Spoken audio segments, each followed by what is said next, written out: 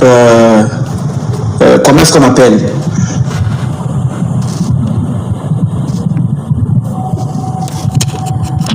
Je voulais remercier Pemba Betani hein, qui m'a envoyé 45 000 pour mettre le forfait. Voilà.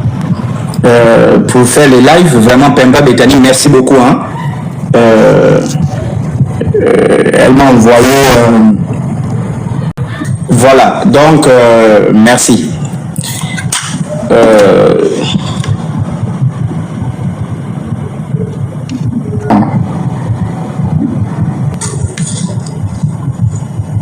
Ok, je vais prendre les gens qui vont venir témoigner sur cette question-là.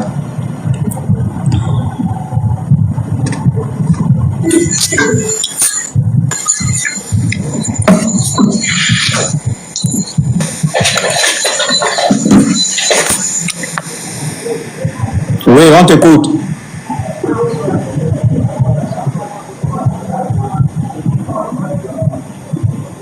Et Yann là, on t'écoute. Bonsoir, Chocolat. Oui, bonsoir. J'espère que tu vas bien d'abord. Alors, moi, je voulais te dire un témoignage qui n'est pas très long. Oh, excuse-moi, pardon, ne parle pas fort, s'il te plaît. En gros, je vais faire un témoignage par quelque chose qui m'est arrivé dans le passé avec un pasteur que j'avais rencontré. D'abord à dire que je suis une jeune fille, je suis orpheline. Du coup, tu sais, quand tu es orphelin étant petit, là, tu es un peu perdu, surtout lorsque tu n'es pas bien encadré. Vraiment, tu es perdu. Du coup, je pense que j'avais 18 ou 19 ans lorsque ça m'est arrivé. C'était un soir aux environs de 19 h, j'étais en train de rentrer chez moi. Bon, à l'époque, je restais à Kembo. Et j'étais en train de marcher pour rentrer chez moi. Lorsque je rentrais chez moi, il y a un monsieur qui m'interpelle, qui me dit bonsoir. Un monsieur, genre clair comme un métis, c'était un monsieur nigérien.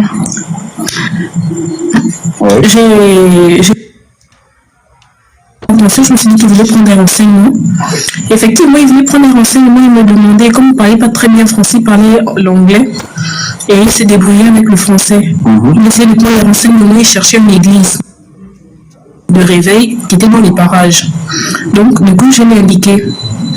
Après m'avoir indiqué, il a insisté maintenant à vouloir parler avec moi. Au départ, je ne voulais pas.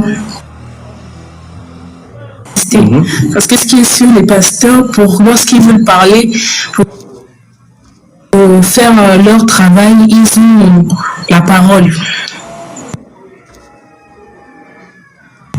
Ils savent comment faire. Jusqu'au final, j'ai fini par prêter attention et solution à mon problème. Peut-être que lui, au moins, il va me comprendre. Au fur et à mesure qu'il parlait, je devenais comme un peu hypnotisée, tellement attentif à tout ce qu'il disait, jusqu'au point où il est venu à me dire que, comme c'est comme ça, je peux t'aider de là à là. Si tu acceptes. Je dis accepter quoi?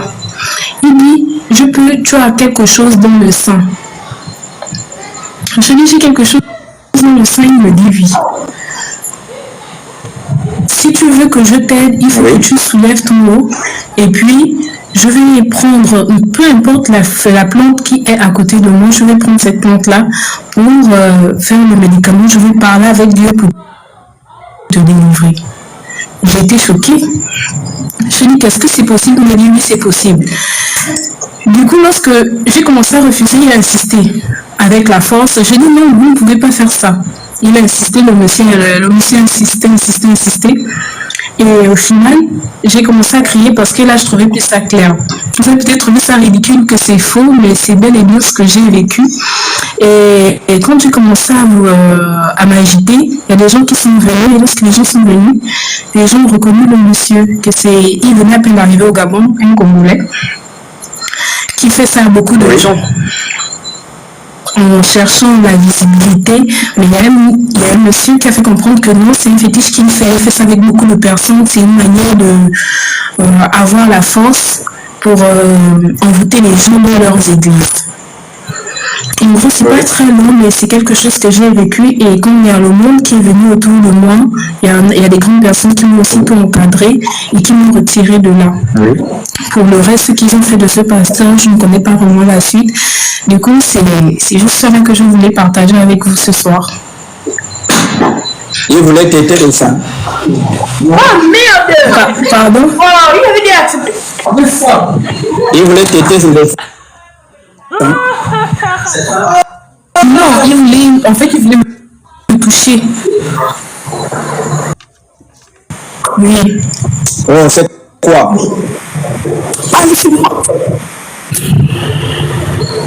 Oui, ma soeur. D'accord, merci pour ton témoignage. Oui, je t'en prie. Ça va déjà dans la vie? Ça va? Ah, chocolat, je ne vais pas te mentir, ça ne va toujours pas. Je me débat. Tu as quel âge déjà? J'ai 25 ans. En août là. Tu es où en France? Non, je suis au Gabon, je suis à Libreville.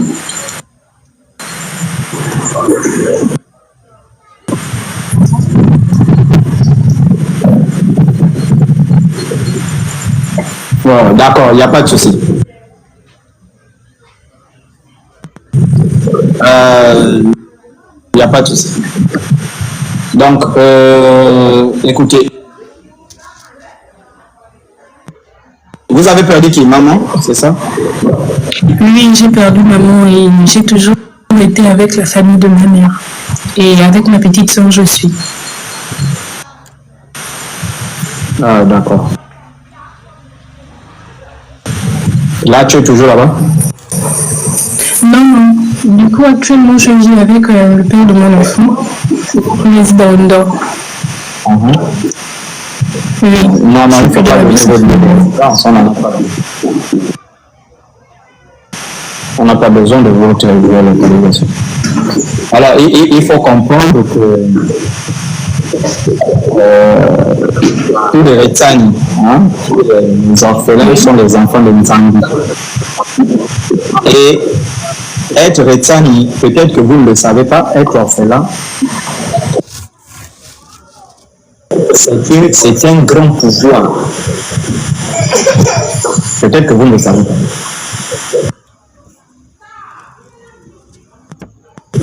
Donc, ce titre-là, c'est un grand pouvoir spirituel. On a mis entre tes mains tous les moyens de réussite.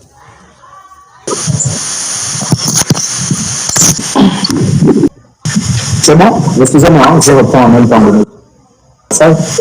Voilà, donc quand on est Retsani, Je vous en prie. on est orphelin, on a beaucoup de pouvoirs divins. On a la protection divine, on a la protection ancestrale, on a la protection de la nature, on a ce pouvoir-là. Et grâce à ce pouvoir-là, tu peux conquérir le monde.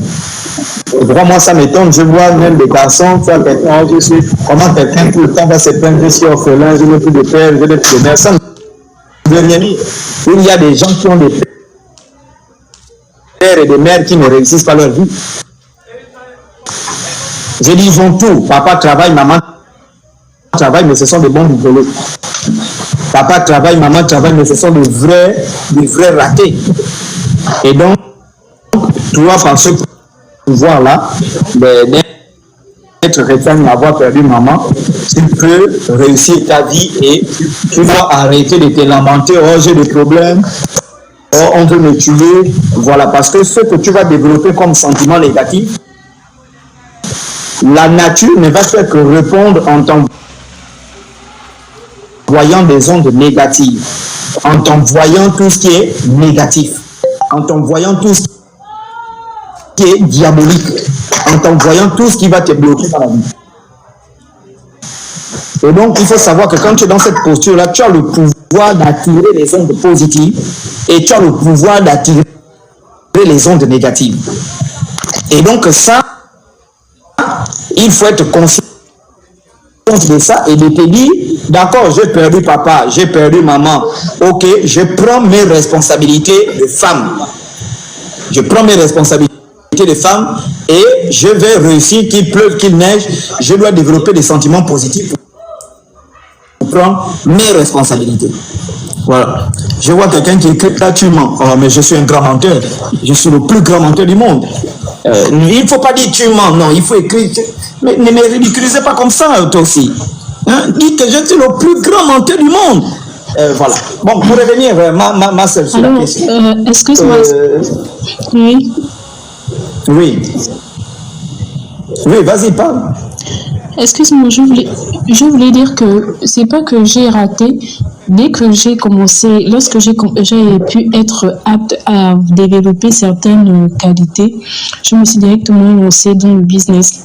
C'est-à-dire que j'ai suivi une formation grâce à la paroisse où j'étais.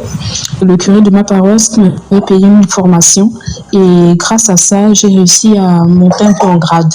C'est-à-dire que j'ai réussi à avoir mon diplôme en pâtisserie et cuisine. Après ça, j'ai suivi des stages à l'Escale, au Palais Gourmand, et à la pâtisserie qui est en ville à l'avenue de Cointet. J'ai suivi des stages là-bas pendant 3 mois. Non, super. Et celui de l'Escale, j'ai suivi des stages là-bas pendant 6 mois. Après, j'ai commencé à avancer dans ça. J'ai commencé à monter ma propre entreprise, mais sauf que, tu sais, nous sommes d'abord des Noirs. Plus je me lançais dans ça, et la famille là où j'ai grandi, mes choses ont commencé à s'empirer. Donc, quand il y a eu la pandémie, j'ai chuté. Et du coup, maintenant, pour me relever avec le temps, c'était vraiment compliqué.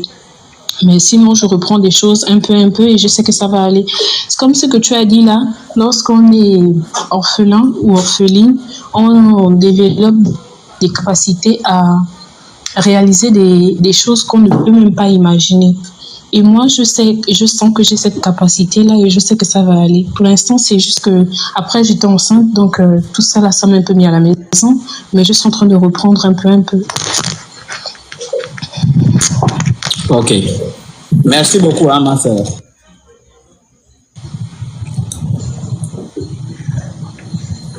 Je vous en prie. Oui, la Merci suivante. toi Oui, pour ton nous. témoignage, c'est quoi?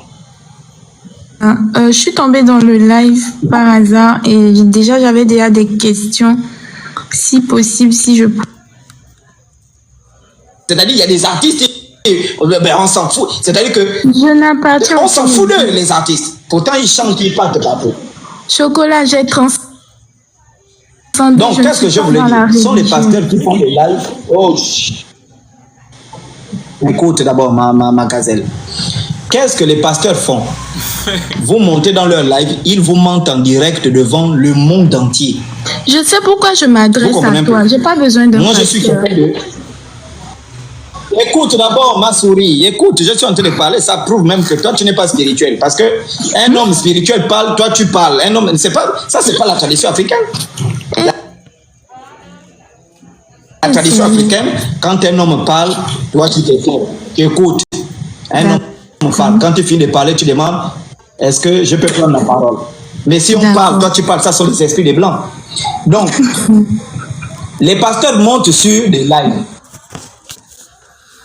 Vous montez sur les lives des pasteurs, ils vous mentent. Ils font des prophéties en live, ils vous interprètent même les rêves en live. Moi, je suis quelqu'un de spirituel. Je ne peux pas donner l'interprétation d'un rêve en live. Je peux même expliquer les symboles, c'est pas possible. Parce que oui, c'est un symbole, toute la spiritualité est basée sur des symboles. Oui, c'est un symbole que... Non, c'est bon, voilà, c'est bon. Tu ne veux pas, tu n'es pas venu à faire. Dégage, c'est bon. Bon. Oui, allons-y.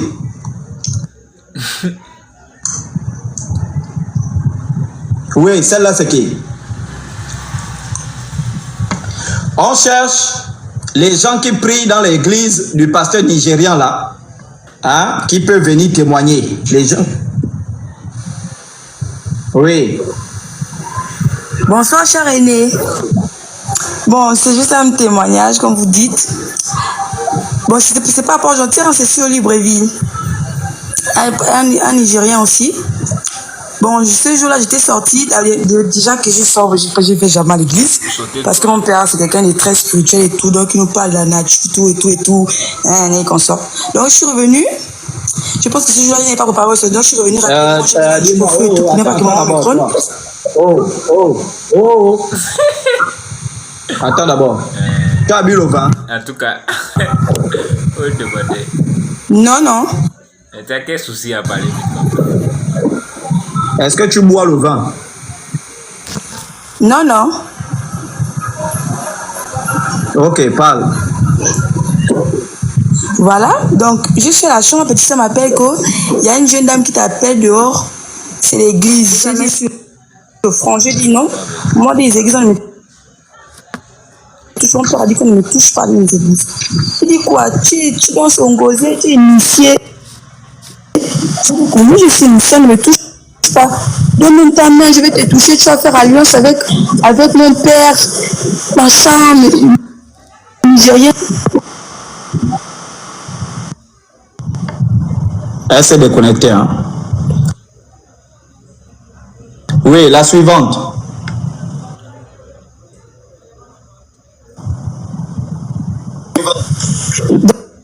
Dans l'histoire de la dame, donc c'est un peu ça.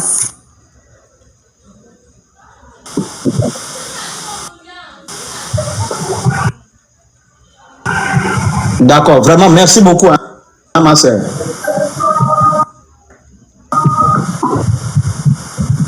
Oui, allons-y. La parole divine ou la divine parole, je ne sais pas trop. Oui. La direction divine. J'espère que tu vas bien. Oui. D'accord, homme de Dieu. Oui. Voilà. J'avais une question à vous poser si possible. Mais mon frère, ne parle pas comme si toi et moi sortaient ensemble. Tu es un homme de Dieu, tu dois avoir ta vigueur. On n'est pas des PD. Voilà, tu parles comme si tu dors, moi je passe après. Il s'est fait vachement tard ici, donc excuse-moi. J'avais une question à te poser, c'est bon? D'accord. Oui, vas-y. Qu'est-ce que tu en penses par rapport au débat qui a eu lieu entre Medusa et le C'est chocolat sur Medusa. pasteur Ménard? J'ai pas regardé le débat, hein. On m'a envoyé un extrait. Déjà, Medusa, c'est quelqu'un que je ne connais pas. Je l'ai découvert sur...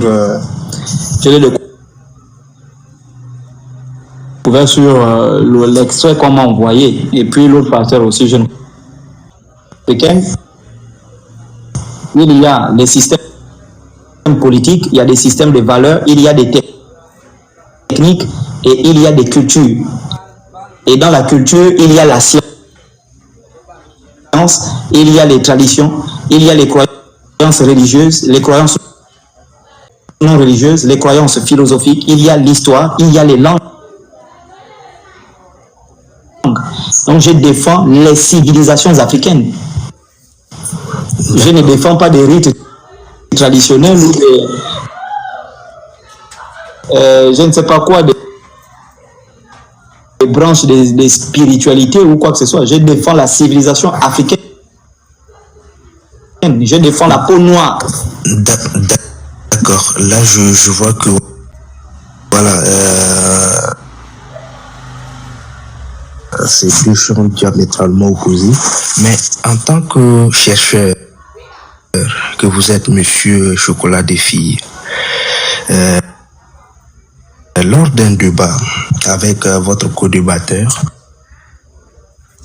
mon frère, pardon, tu ne vas pas venir me parler d'un débat que je n'ai pas assisté. Tu es venu poser des questions sur le thème que je développe ou bien me parler d'un débat auquel je n'ai pas assisté. Non, justement, une question avant votre avis. Je ne sais pas que tu es hors sujet, mon frère. Non, je ne suis pas hors sujet. Je t'ai dit au début que je n'ai pas assisté au débat, donc je ne connais ni le thème, ni ce qui a été dit. Toi, tu viens, tu me dis, tu penses quoi du débat, tu veux mon avis sur quoi? Non, mais voilà, vous auriez dû me laisser. C'est ça aussi, comment on appelle la valeur africaine. Hein. Mais je ne peux pas te laisser. On a plein de gens à prendre. Tu viens, tu vas droit au but. C'est pas un live des chrétiens. C'est un live des animistes. C'est un live des Africains qui défendent leur culture. C'est pas un live des chrétiens. Donc, si on te fait monter, c'est parce qu'on estime que tu as des contradictions à faire sur un plan, pas me parler d'un débat auquel je n'ai pas assisté. Je vais te dire quoi sur ces débats. Je vais donner, tu dis quel est ton point de vue. Je vais donner quel point de vue sur un débat que je n'ai pas assisté. Je ne connais même pas ceux qui ont débattu, ni le thème. On m'a envoyé un extrait où le pasteur utilisait ChatGPT. Et à 15h, il y a encore, on m'a envoyé un autre extrait où il y a un autre pasteur encore qui utilisait ChatGPT. Et j'ai dit non, il faut que je parle de cette histoire. Comment un pasteur va utiliser ChatGPT, sachant que c'est un ordinateur qui parle. Comment allez-vous?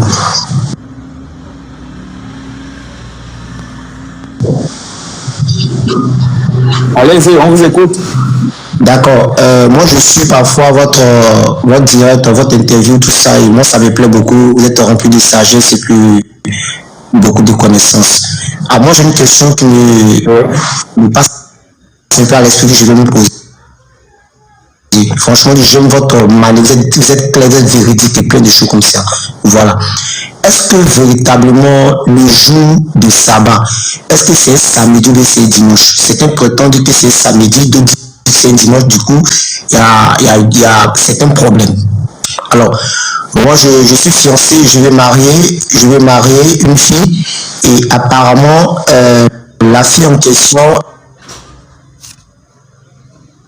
elle est de l'église adventiste. Elle est de l'église adventiste et la famille ne veut pas que vraiment je puisse me marier avec leur fille à condition que je me convertis dans leur église adventiste. Et là, c'est un problème et du coup, les choses sont retardées. Alors, je dois avoir une connaissance pour savoir, bon, en s'appuyant, lorsque eux me parlent, ils me font comprendre que d'ailleurs, nous sommes dans l'erreur et que nous adorons un Dieu soleil, vu que c'est un dimanche et nous partons à l'église et notre église, notre communauté n'est pas véritablement dans la vérité, tout ça. Donc j'aimerais être un peu éclairé là-dessus concernant le samedi. Et toi, tu pries? Bon, moi je suis de église protestant Évry Mission Baptiste International.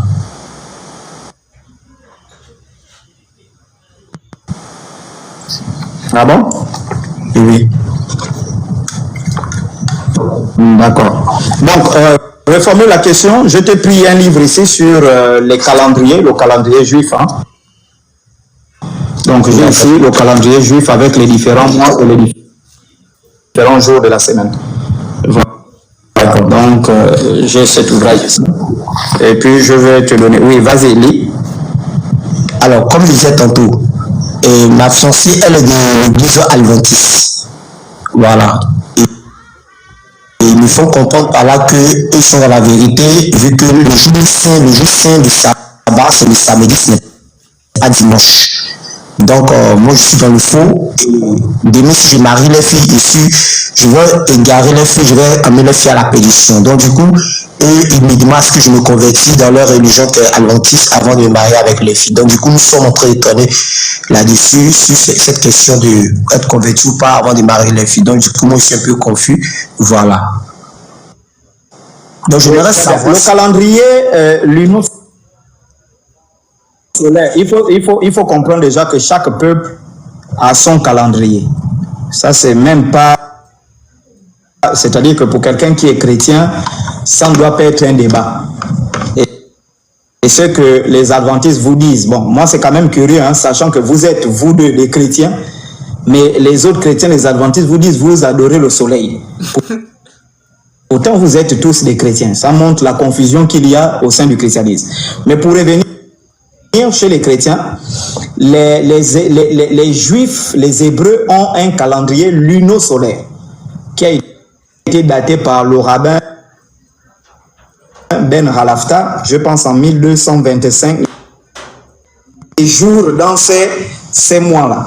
Et bien sûr, eux, ils estiment que le premier jour de la semaine, dans leur calendrier, j'ai ça ici, hein, mais j'aurai du temps de parcourir ça.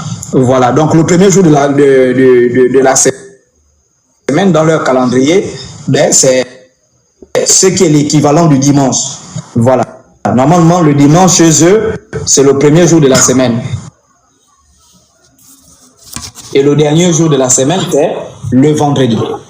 Et donc, les adventistes du 7e jour,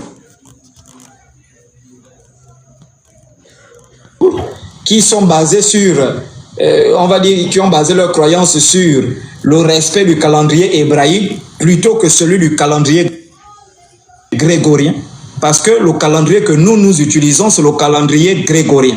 Et le calendrier grégorien, c'est un calendrier de Julius Caesius César. Parce que Julius Caesius César va créer son calendrier luno-solaire en s'inspirant du calendrier égyptien en 45 avant Jésus-Christ. Et maintenant, ce calendrier-là va être modifié par le pape Grégoire en 1582. Ça, c'est ce qu'il faut comprendre. Et il y a... C'est très riche, c'est très riche. La question qui est souvent posée, pourquoi on parle de avant zéro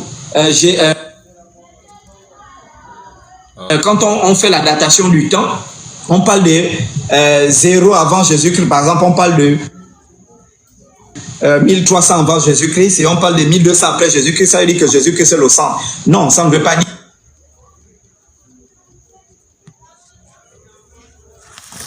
Déjà, aucun chrétien ne peut te donner l'année exacte de la naissance de Jésus-Christ.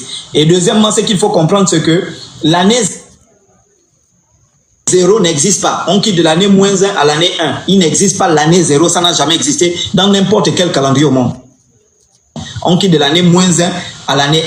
Et donc le calendrier grégorien, ben, ça s'inspire bien sûr du cube tétratonique qu'on appelle Jésus-Christ, qui était un cube tétratonique de l'Église catholique. Et c'est peut-être la date de la découverte de ce cube tétratonique qu'ils ont décidé de mettre en partant de Jésus-Christ.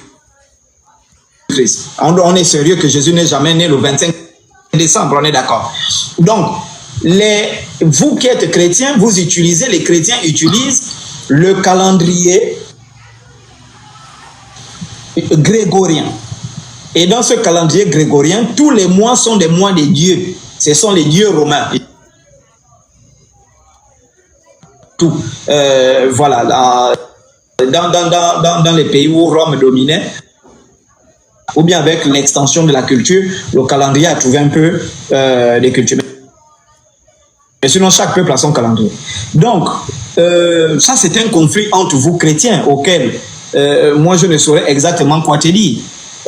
Les chrétiens, justement, ils ont cet esprit sectaire-là, qu'on ne se marie qu'avec quelqu'un qui est dans notre église parce que nous avons la même croyance. Donc, toi qui ne crois pas que le Shabbat, c'est le vendredi, les adventistes qui croient que le Shabbat, c'est vendredi et samedi, il ne faut rien toucher, mais évidemment, tu ne peux pas épouser leur fille. J'espère qu'on se fait comprendre. Et là, ça renvoie, je te vois aller te cultiver sur la question.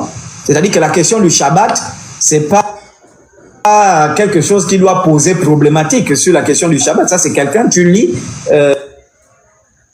sur Internet, un peu partout, on va t'expliquer en quoi consiste le Shabbat. Parce que les Juifs, eux, ils estiment que le 7e jour auquel Dieu se reposait, c'est le vendredi, et puis eux, ils n'utilisent plus rien entre vendredi et samedi matin. Ils ne touchent plus des téléphones, ils ne touchent plus rien, ils ne touchent plus, ils sont dans la prière, ils sont vraiment exclus de tout. Maintenant, les adventistes s'appuient sur ça en disant que le dimanche, là, c'est une fausse croyance, il faut revenir à la croyance juive. Voilà, c'est ça. Et bon, moi, je pense que tu ne pourras pas épouser leur fille. Ok, d'accord. J'ai tout à fait compris. Et voilà.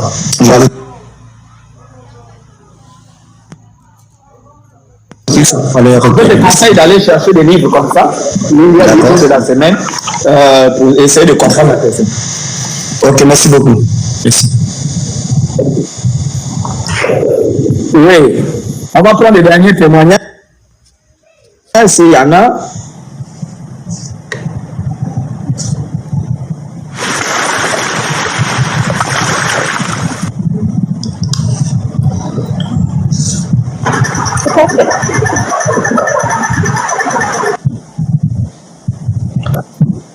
Oui, allons-y. Allô, bonsoir. Bonsoir. J'espère que vous allez bien. On vous écoute. En fait, il y a quelques mois déjà, j'étais montée sur un de vos lives où je faisais le témoignage par rapport à l'église triomphante sur ma petite sœur qui avait fait un AVC et tout. Et après ça, je pense que j'ai cherché à vous, je vous ai écrit, je vous ai envoyé. Quels proches qui sont partis de l'église? Parce que mes sœurs sont parties de cette église-là, de triomphante. Oui. Voilà, et je posais la question de savoir, vu que les messages où il envoie les cancers et tout, donc j'aimerais savoir, parce que les gens, les membres de ma famille sont un peu dans la panique, et elles ont peur et tout, donc on se demande quelle est l'attitude à adopter par rapport à ça, en fait. Mais madame, moi, je m'appelle le chocolat de vie. Moi, je ne suis pas la justice. Je ne vais pas faire appliquer le droit à la place de la justice. Si moi, je me lève un matin, je viens vous menacer, vous allez faire quoi? Je vais porter plainte forcément. Mais c'est l'attitude à tenir. Merci. Il y a une justice en République gabonaise. D'ailleurs, c'est la Union Travail Justice. Donc, si les gens sont quittés de l'église, ils sont libres de prier où ils veulent et ils sont libres de quitter. Maintenant, s'ils quittent de l'église et qu'ils sont exposés à des menaces, mais vous portez plainte pour préméditation, on ne sait jamais. En cas de voici ce qui avait été dit sur moi. C'est ça en fait.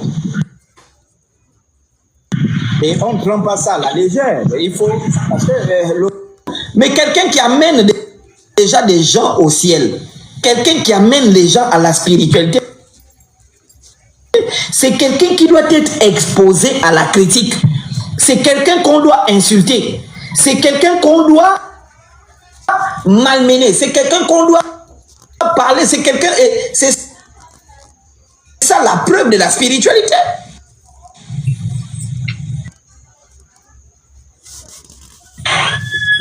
Comment moi je vais me lever, moi chocolat, je vais me lever sur la tête pour dire oh non, vous me critiquez, vous. Non. Non, on doit m'insulter, on doit m'injurier, on doit me traiter de démons, on doit me traiter de toutes ces choses. Et quand on ne me traite plus de toutes ces choses-là, moi je ne me sens pas bien. J'aime quand je rentre sur TikTok, on m'envoie des vidéos où il y a des pasteurs qui disent chocolat des filles, c'est un diable. Vraiment, c'est un démon. Il est perdu. Faites attention. Moi, ça me fait plaisir. Je sens que oui, là, mon combat a touché un point fort. Mais s'il n'y a personne pour me critiquer, il n'y a personne pour être un contre-pouvoir, il n'y a personne pour, je ne sais pas, remettre en question ce que j'ai dit. Mais en réalité, je mène un combat vide. Parce qu'il faut qu'il y ait des détracteurs, il faut qu'il y ait des gens qui remettent en question. Parce que ce sont les gens qui remettent en question ce que j'ai dit. Ce sont ces gens sans le savoir qui crédibilisent mon combat. Est-ce que vous comprenez un peu? Oui, oui. Voilà, donc pour revenir sur la question, vous avez quitté l'église d'un pasteur, il y a des menaces qui ont été envoyées, ben, vous portez plainte, vous décidez de porter plainte pour dire on ne sait jamais. Il amène ta photo à la mer, il amène tes photos, il pas piquer les aiguilles partout, mais c'est ça le problème. Mais moi, ils font ça tous les jours avec moi, tous les jours, ils font ça avec moi. Tous les jours. Mais ils ne peuvent pas. Ils font ça avec moi tous les jours. Vous imaginez le nombre de personnes qui veulent me voir mourir parce que je dérange les business des églises, parce que les gens se posent déjà des questions, mais ils sont des nombreux. voilà, qui veulent mourir. Mais nous, on s'est dit, il faut débarrasser le faux dans le domaine religieux. Et je suis impartial. Quand je parle du faux, c'est le faux dans les traditions et le faux dans les religions importées. Dans les traditions, ils sont bien faux. Je vais vous montrer ça encore vendredi. Il y a un monsieur, ça devait même être le 3e thème, je ne sais pas si on aura le temps d'aborder. Il y a un monsieur qui dénonce le mouiri, qui dénonce les trucs, ce qui se passe dans le mouiri. Et je vois les gens se fâcher, oh non, mais attendez, s'il y a des crimes qui sont commis dans les initiations, il faut les dénoncer. S'il y a des viols dans le Bouiti, il faut dénoncer. S'il y a des homosexuels dans le Bouiti, un ganga, c'est un PD, il pède, mais vous devez l'exposer. On le dénonce et on le brûle. Ça, c'est sans demi mesure. Il n'y a pas une affaire de... Moi, je n'ai pas un sentiment anti-chrétien, non. J'ai pas ça. J'ai un sentiment anti-faux.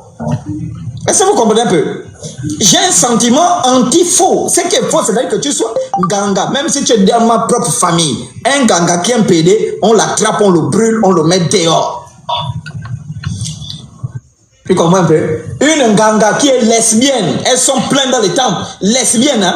Elle embrasse les bandits, tous ses droites les bandits. On l'attrape, on la bastonne, on la fout dehors. C'est une sorcière. Donc, ces vampireux qui intègrent, qui souillent tout ce qui est spiritualité, n'ont pas leur place dans les sociétés.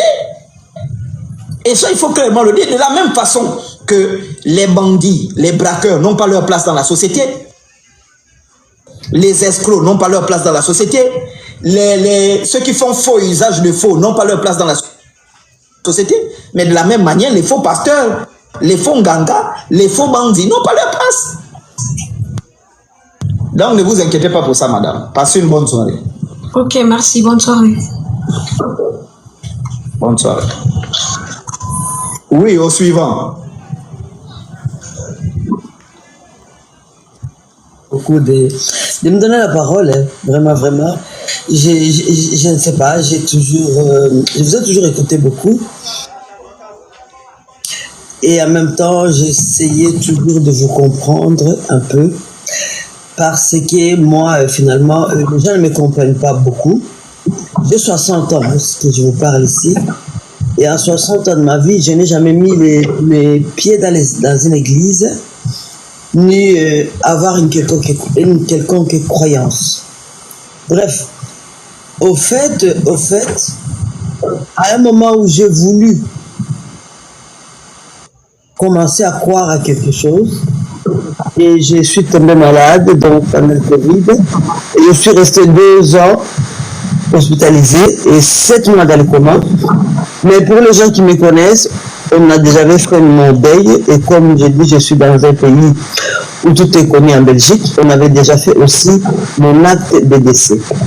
Bref, sortant de toutes ces choses-là, j'ai toujours eu comme l'impression que j'anticipe les choses.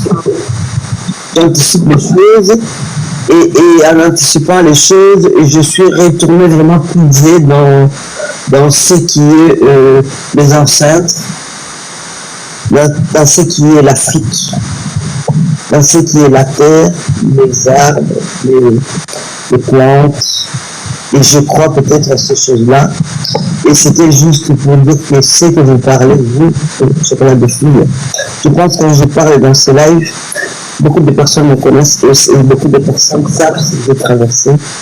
Je suis vraiment une survivante, une revenante. Et là où je suis, j'ai été, les années où j'étais en cette espèce de coma, je n'ai jamais vu personne. J'ai vu beaucoup de fleurs, beaucoup de... Je ne sais pas si vous connaissez en Afrique, il y a ces plantes qui poussent un peu partout avec des grosses feuilles jaunes, on dirait des trucs de soleil comme ça. Et je voyais ça. Et j'ai comme l'impression que ces odeurs-là m'ont sorti de mon coma. Donc moi je suis montée tout simplement. C'était mon rêve, un jour de vous parler. je n'ai pas su. D'un coin à un autre coin, il y a des gens qui sont encore dans cette chose que vous dites. Et que moi, dommage pour moi, je pratique tout simplement en 2002, je suis sorti en hôpital. Et en 2022, depuis 2022, je commence vraiment à vivre ce que je veux, quand je veux. Et c'est vrai, j'aime bien tout ce qui est critique. Je suis vraiment critiqué sur tout ce qui est réseaux sociaux, TikTok. J'arrive pas beaucoup me trouver. Mais j'avance là-dessus. En tout cas, moi je dis, ne change pas, surtout pas. Au-delà, il n'y a personne. Voilà, au-delà, j'ai donc c'est pour vous dire que je n'ai jamais vu des gens, je me dis, ne fait rien. Il y a des gens, par contre, ceux que je connaissais avant, qui sont partis avant moi, je les ai retrouvés avant là-bas. Qui avaient une vie comme la comme certains, et voilà. Je crois que vous êtes les premières personnes que je parle avec ça, je n'ai jamais voulu raconter ça à personne. J'ai eu beaucoup de pasteurs ici en Belgique, précisément à Liège, qui savent que je suis. Quand je suis sorti de l'hôpital, beaucoup de pasteurs voulaient avoir mon foi pour le raconter à leurs églises, y compris au Congo. Mais moi, je n'ai jamais, j'ai prometté, mais je n'ai jamais voulu raconter mon histoire. Donc, je vis dans le même entourage. Voilà. Donc, je n'ai pas seul sur la depuis. Il y a une maman de 60 ans. Je vis dans votre monde d'avis. Merci à vous. Et bonne continuation. Merci beaucoup, maman. Merci à vous. Que nos ancêtres vous accompagnent. Merci. Merci. Merci. Voilà un témoignage très, très profond. Bonsoir, monsieur le chocolat des filles. Bonsoir. Je suis Mirabelle, une jeune gabonaise. Voilà, je viens ce soir déjà vous remercier pour tout ce que vous faites pour la nation. Et deuxièmement, j'ai été moi-même victime de ces faux prophètes-là. Depuis un moment, je cherche à vous joindre, mais comme vous n'avez toujours pas accepté ma demande d'amis, j'arrive pas à vous faire de messages sur TikTok pour mon témoignage. Je viens ici ce soir, j'ai beaucoup hésité et j'ai très peur d'ailleurs que mon nom aille ailleurs parce que j'ai peur de ce qu'on peut me faire, ce témoignage-là. J'étais avec un monsieur qui m'a emmené dans une église et j'étais obligée de suivre les instructions de cette église-là, soi-disant si je ne suis pas, on va se séparer, Dieu va me punir, je vais attraper le sida, je ne vais pas faire des enfants, beaucoup de choses, etc. Ce prophète-là m'a fait tellement de choses et aujourd'hui mon fiancé et moi nous sommes séparés parce que j'ai refusé ses annonces, j'ai refusé beaucoup de choses qu'il a voulu me faire dans l'église, qu'il a commencé à inventer des choses sur moi dans l'église, disant que devant tout le monde d'ailleurs un jour après le culte, que si je n'arrête pas les mauvaises choses que je fais, la prostitution, Dieu va donner notre femme à mon fiancé. Devant tout le monde, il y avait ma belle-mère dans cette église-là et mes belles-sœurs. Donc j'ai beaucoup retenu ce témoignage-là, mais à un moment donné, j'en ai marre, je pense que j'ai besoin de me libérer. Et ce prophète-là, il m'avait demandé de faire des bains pendant une semaine dans l'église pour me libérer de toute impureté. Donc il disait que c'est le Saint-Esprit qui lui demande de faire ça. Mais les bains ont un peu dérapé à un moment donné. C'est allé un peu dans tous les sens. Et quand je disais à mon fiancé que je ne voulais plus faire ces bains-là, il appelait mon fiancé en disant non, si elle ne fait pas les bains, elle ne va pas faire d'enfants, vous n'allez pas pouvoir vous marier et tout. Et quand j'allais faire les bains, ce prophète-là me faisait des attouchements. Voilà. Si je n'avais pas arrêté ces attouchements-là, je pense que ça allait aller très loin. Donc aujourd'hui, je ne suis plus dans cette église-là et malheureusement, mon fiancé est rentré dans son jeu. Comme je dis, on l'a mis en voile et aujourd'hui, nous nous sommes séparés. Donc, je viens vraiment vous remercier et vous demander de sauver d'autres filles qui ont été dans le même cas que moi. Moi, je remercie Dieu qu'aujourd'hui, j'ai tourné la page et je me dis que si c'est la volonté de Dieu, Dieu des ancêtres, de la nature et du soleil, qu'il en soit ainsi, mais j'ai été moi-même victime. Donc, je viens m'adresser à toutes les filles du Gabon. Faites très attention. Ces prophètes-là sont des manipulateurs.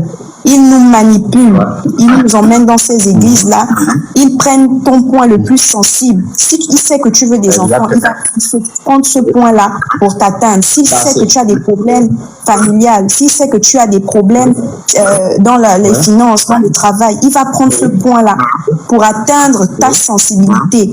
Donc moi, j'ai été victime de ça parce que depuis longtemps, je veux un enfant. Il a réussi à atteindre mon point de vue faible et à manipuler mon fiancé grâce à ça.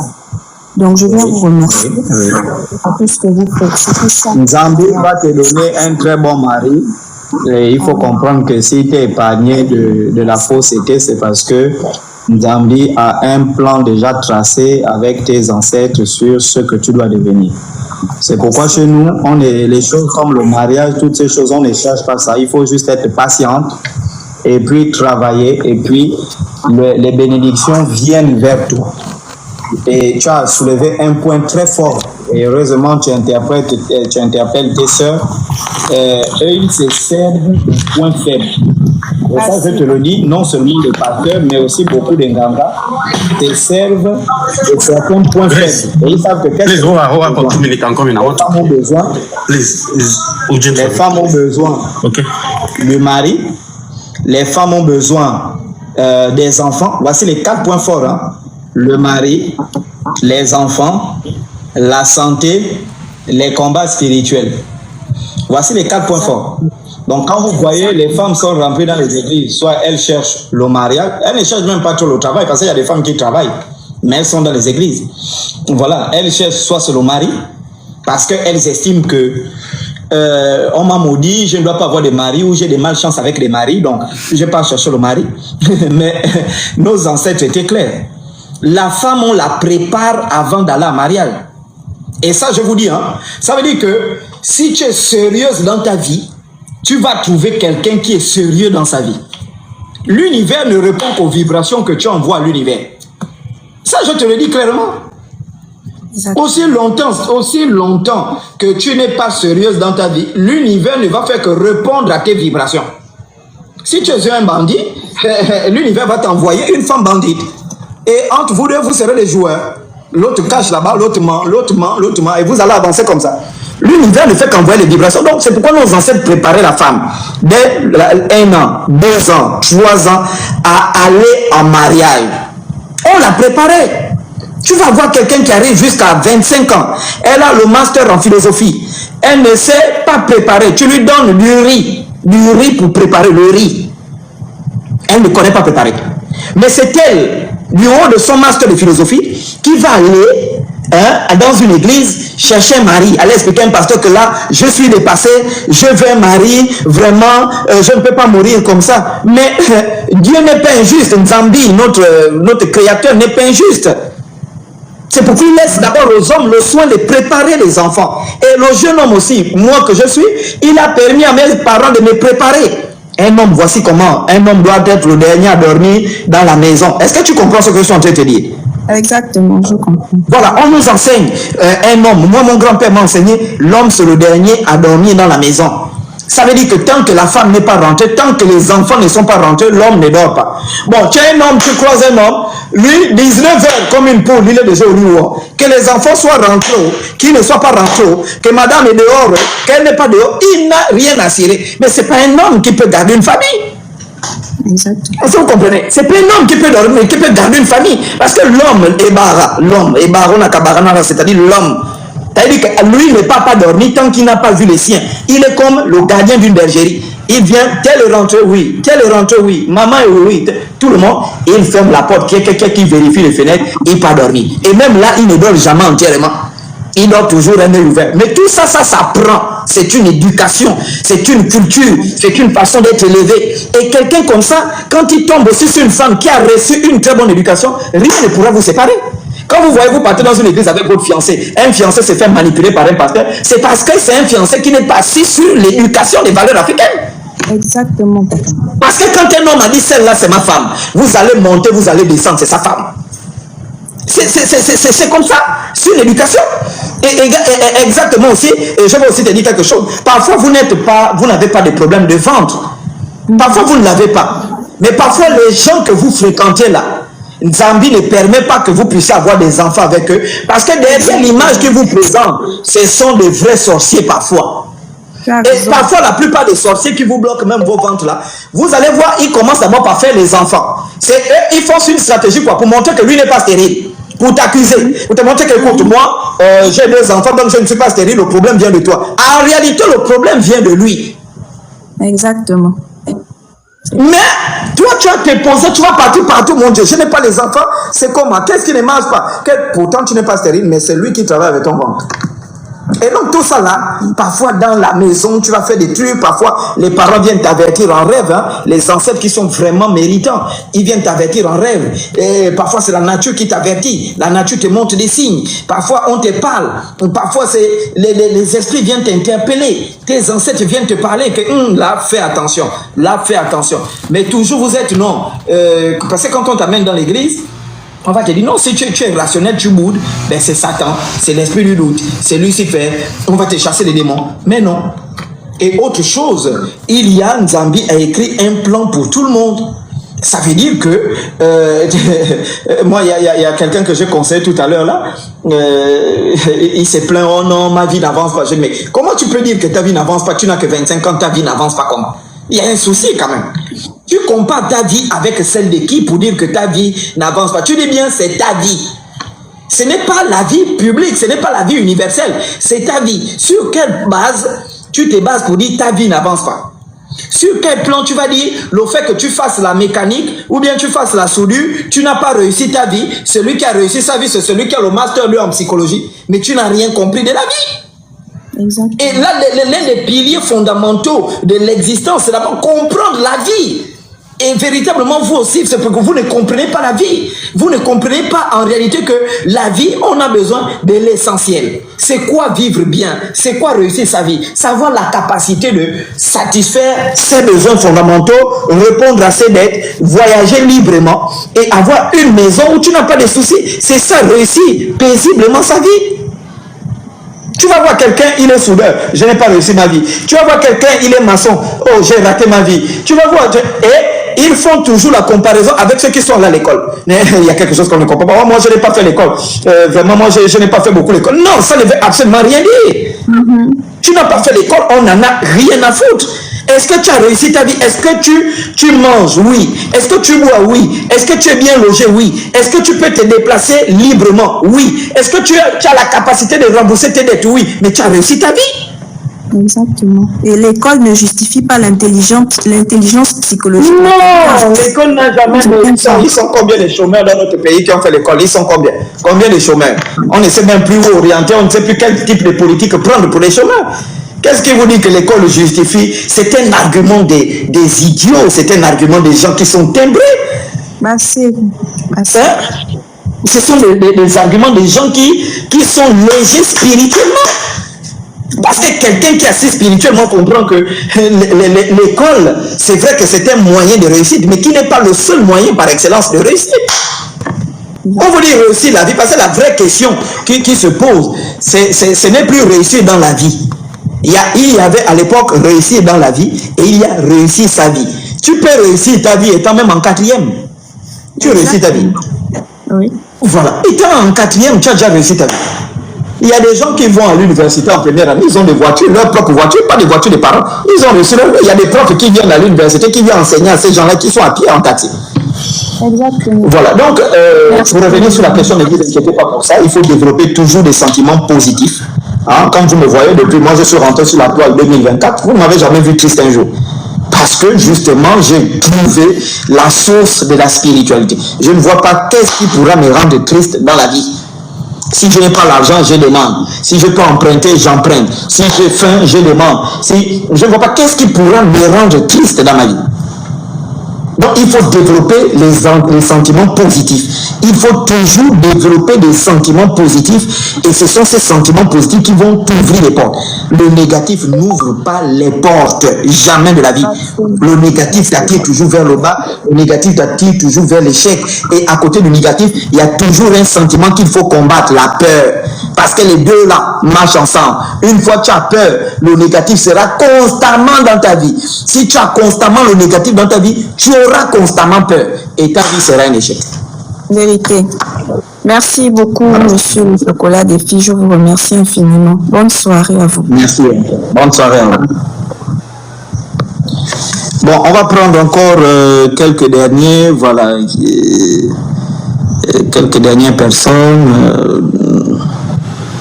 Gabon News, on a toutes ces choses-là. Oui, allons-y rapidement.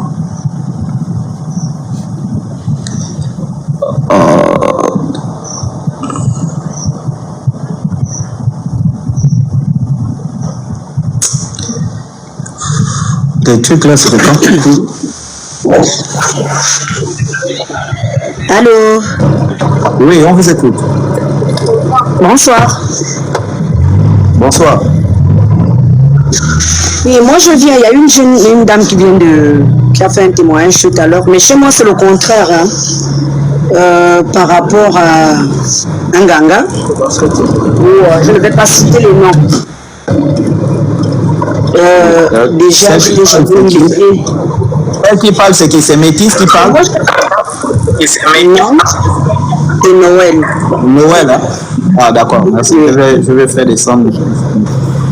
Ok, allez-y, Noël. Donc, je disais, déjà, je n'ai jamais mis les pieds chez un ganga. Je suis pratiquante au niveau la prière. J'ai toujours prié toute ma vie. Mais ça fait 7 mois. Je suis tombée sur un ganga. Et le travail s'est bien passé. Je me suis fait initier. 3 mois plus tard, j'ai fait venir mon fils. Il a initié mon enfant.